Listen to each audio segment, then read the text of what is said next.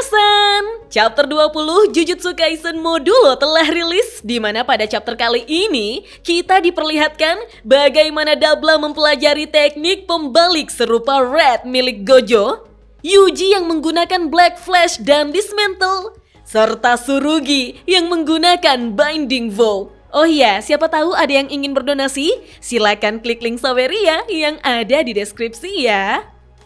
Pada chapter kali ini, kita mendapatkan cover berwarna di mana terlihat antara Yuka dan Tsurugi serta Rika ada cincin peninggalan Yuta dan Roda Mahoraga. Oh iya, kita juga mendapatkan panel tambahan yang berjudul Mencari Itadori dan Mencari Itadori Jilid kedua. Kebiasaan GG Akutami Sensei bikin judul seperti ini ya, berjilid-jilid. Yang pertama, Mino mengeluh pada seorang perempuan karena tidak mendapatkan satupun petunjuk tentang keberadaan Yuji. Namun perempuan itu menyebut Mino yang terlalu khawatir dengan hal tersebut. Mino pun paham, tapi menurut Mino, dia tidak seperti teman perempuannya itu karena Mino cukup sibuk dengan pekerjaannya. Terlebih lagi, teman perempuannya ini hanya menelpon untuk meminjam uang. Teman perempuannya pun menjawab, setidaknya Mino bisa mentraktirnya dulu makan malam. Sialnya karena Mino berkata, lain kali saja, dan langsung menutup teleponnya. Perempuan itu lalu tersenyum karena ternyata dia dan Yuji sedang bermain pachinko minasan. Waduh, apakah perempuan ini adalah cucunya Hakari? Gayanya sangat mirip dengan Kirara. Tapi nggak mungkin kan Hakari dan Kirara bisa punya anak kandung minasan? Iya kan? Lanjut, mencari Itadori kedua. Di mana seseorang berkata lewat telepon ke Mino kalau Mino bisa mencoba untuk bertanya kepada Todo Aoi. Mungkin saja dia tahu sesuatu. Mino pun memastikan Todo Aoi mantan shaman kelas 1 kan? Mino pun meminta kontak yang bisa dihubungi untuk mencari tahu keberadaan Todo. Namun orang tersebut menjawab jika itu di luar kemampuannya. Sehingga Mino pun bingung dan bertanya lagi, siapa yang akan membantunya? Orang itu pun menjawab, Itadori. Tentu saja Mino kesal dan berteriak, "Hei, kan yang dia cari itu Itadori." Orang itu pun meminta maaf karena semua orang membenci Todou kecuali Itadori. Dengan kata lain, Todou masih hidup juga ya minasan. Setua apakah dia? Tertulis pada panel awal, dia muncul. Chapter dimulai dengan Mino yang meneriaki Yuji, sehingga Yuji merasa jika penyamarannya telah diketahui. Bersamaan dengan itu, seseorang melompat keluar dari jendela gedung yang telah diserang oleh Yuji pada chapter lalu. Ternyata itu adalah Osuki yang langsung menyerang Yuji menggunakan kapak. Namun Yuji dengan santainya menahan menggunakan satu tangannya saja minasan. Osuki sangat terkejut karena Yuji bahkan tidak menyentuh Osuki untuk menahannya. Sehingga Osuki bertanya-tanya, siapa sebenarnya orang yang ada di hadapannya? Ketika Osuki berkata dalam hati, jika Yuji hanyalah manusia biasa, tiba-tiba dia merasakan jika aura Yuji berubah menjadi seorang kalian. Sembari menahan kapak Osuki, Yuji pun berkata jika Osuki sepertinya terlihat cukup kuat, sehingga Yuji langsung menarik tinjunya ke belakang yang telah diselimuti oleh energi terkutuk. Mino yang melihat itu pun terkejut karena itu sangat luar biasa, di mana Mino sama sekali tidak merasakan jeda saat energi terkutuk Yuji mengalir pada kepalan tinjunya. Dan kita pun diperlihatkan bagaimana Yuji menghantam Osuki menggunakan Black Flash seperti menggunakan tinju biasa saja, sehingga Osuki sampai terlempar.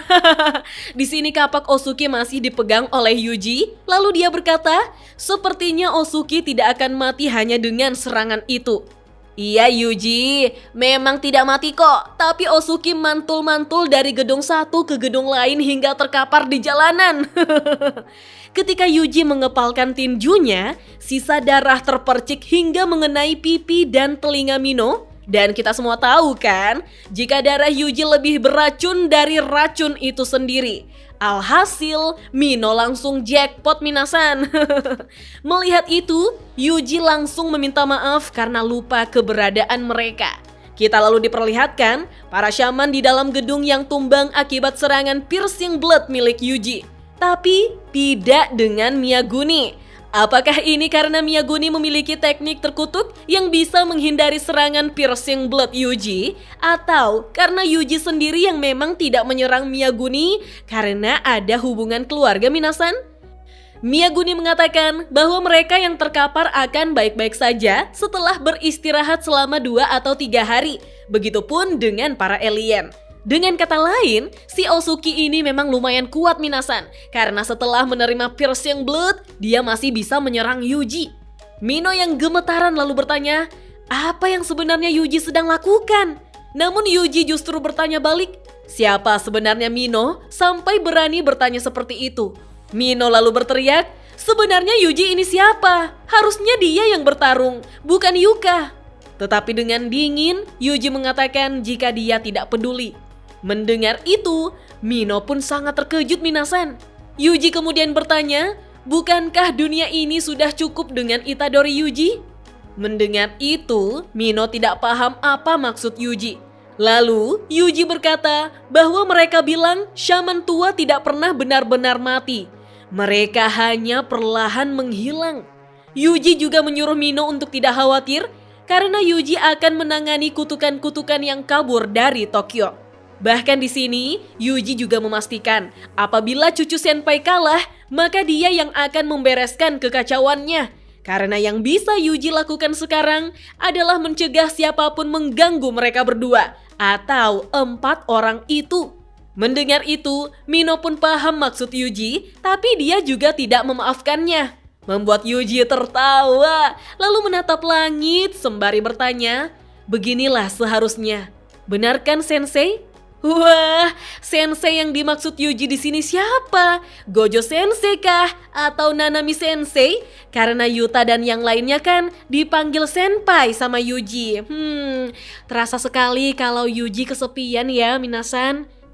Panel lalu berpindah pada pertarungan antara Dabla melawan Mahoraga yang semakin memanas. Di sini, Dabla berpikir bahwa dengan mengalirkan energi kutukan yang secara alami bersifat negatif dengan energi negatif lainnya, maka bentuk energinya terbalik dan daya pemulihannya meningkat drastis.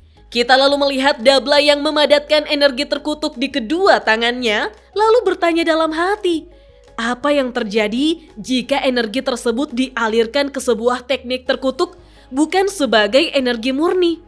Melihat itu, Mahoraga pun tampak terkejut. Di saat Dabla membuka kedua tangannya, saya langsung mengingat almarhum Gojo Satoru ketika menggunakan Red Minasan. Dabla lalu bertanya pada Mahoraga, di bumi disebut apakah teknik barunya tersebut?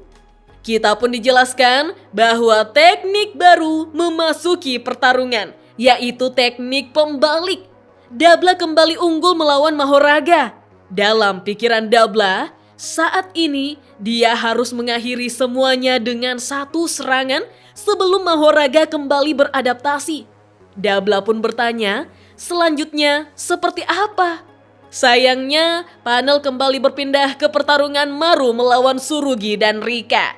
Di sini, batang-batang pohon buatan Maru ikut menyerang juga minasan.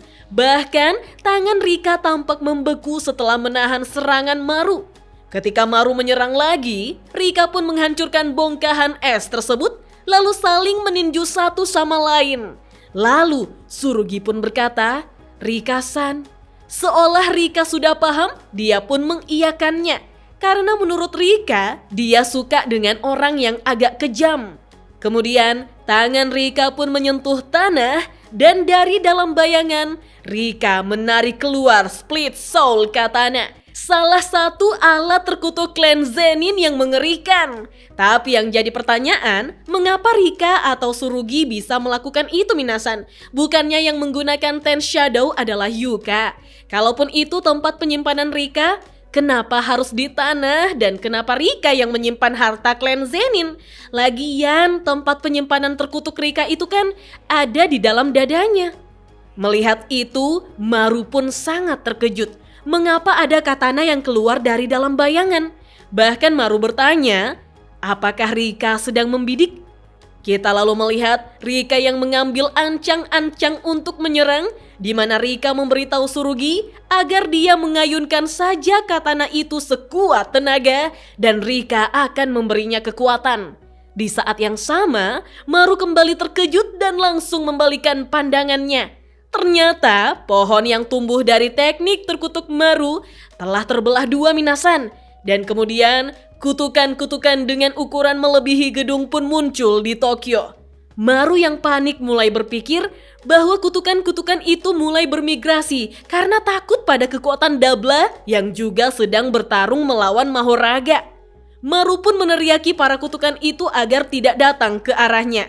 Di sisi lain, Yuji merasa jika Shimurian sama sekali tidak mengalihkan kutukan-kutukan tersebut, sehingga Yuji beranggapan bahwa mereka telah meremehkan jumlah kutukan yang muncul dengan skala besar, tanpa adanya pembersihan secara besar-besaran juga.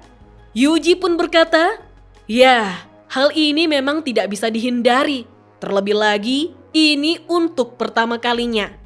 Kita pun melihat Rika yang menyerang menggunakan Split Soul Katana, dan di tempat lain, Yuji justru menggunakan Dismantle. Lalu dengan sekejap, kita pun melihat bagaimana kutukan-kutukan itu terbelah. Bahkan yang ada di langit-langit Tokyo pun hancur. Kita juga diperlihatkan dua ledakan besar yang menghancurkan kota Tokyo Minasan. Buset, ini bisa dianggap setara dengan Purple milik Gojo dan Fuga milik Ryomen Sukuna. Lalu, mata ketiga Maru menyemburkan air mata, sehingga Maru tahu kalau jumlah kutukan yang hilang terlalu banyak, dampaknya terlalu besar. Melihat itu, Rika pun langsung menebas Maru, namun di sini Maru menggunakan bongkahan batu untuk mengurangi efek tebasan. Ya, sekalipun tetap terluka ya Minasan, Rika pun menyadari jika serangannya terlalu dangkal. Lalu dengan cepat, pedang cross kembali kepada Maru. Dengan sangat marah, Maru pun berteriak, "Hadapi aku, Tsurugi!" Dalam pikiran Maru, dia akan mengakhiri pertarungan ini sekarang juga. Di saat yang sama, Tsurugi berterima kasih kepada Rika, sehingga Rika pun menjawab, "Semoga berhasil." Setelah itu, topeng Rika terjatuh Minasan. Hal ini membuat Maru terkejut dan bertanya-tanya, apakah Tsurugi membatalkan transformasinya? Tapi Maru merasakan jika energi terkutuk Tsurugi semakin menghilang. Kita pun diperlihatkan bagaimana Tsurugi dengan wujud aslinya masih memegang Split Soul Katana. Lalu dengan sangat cepat, Tsurugi berhasil menyerang Maru tanpa memberikan Maru kesempatan untuk bergerak. Kita pun dijelaskan bahwa serangan itu bahkan lebih cepat dengan Binding Vow yang memungkinkan penggunanya melepaskan kekuatannya. Dan percikan darah pun terlihat pada rambu dilarang berputar. Dan chapter 20 Jujutsu Kaisen Modulo pun hanya sampai di sini Minasan. Wah, saya rasa pertarungan selanjutnya adalah Dabla yang akan menghadapi Itadori Yuji. Mirip dengan Sukuna melawan Gojo, versi terbaliknya. Menariknya, karena Osuki yang tadinya melihat Itadori Yuji sebagai manusia biasa, lalu menyadari kalau Itadori Yuji terasa seperti kalian alias kutukan. Ngeri. Oke deh Minasan, kita lanjut ngobrol yuk di kolom komentar. Dah.